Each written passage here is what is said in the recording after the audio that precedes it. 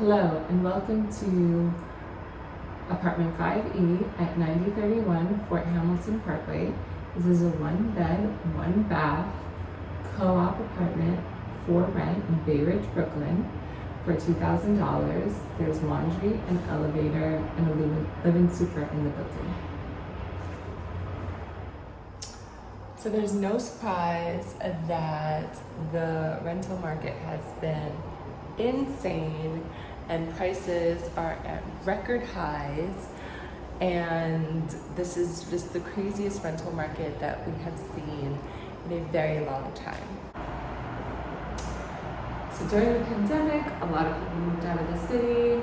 A lot of people that were still in the city did get good deals, which they decided to hold on for long-term leases.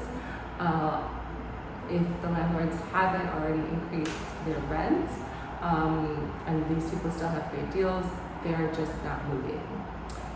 So with the influx of everybody moving back to the city and nobody moving, our inventory has been extremely tight.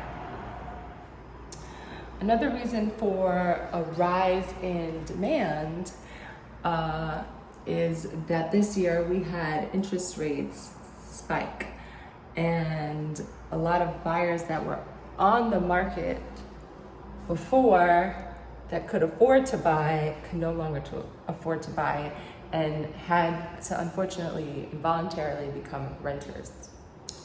So what about affordable housing? Why is there such a shortage of affordable housing?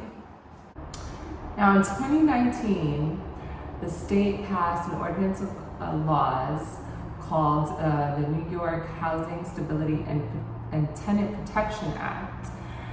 And there were a bunch of different things that were meant to help tenants be able to have housing, make housing affordable for tenants.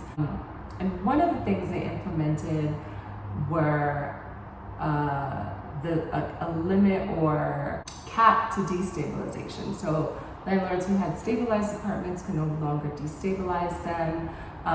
They could no longer charge a higher value by having them renovated. So during the pandemic, a lot of landlords with these stabilized apartments held on to them because it didn't make sense to rent in the middle of a pandemic. And it is reported that post-pandemic, a lot of them are still holding on to these stabilized units and waiting for other stabilized units next to them to become available, because the loophole with the law is that if you take two stabilized units and combine them, then that's the way that you can destabilize them. So this may be a reason why we're not seeing a lot of the rent stabilized units that are not subject to these crazy increases coming available as frequently as we were prior to 2019. And although the city is building more affordable housing, the obvious changes in our supply chain and our labor shortages are holding a lot of construction projects up, especially in the affordable housing market.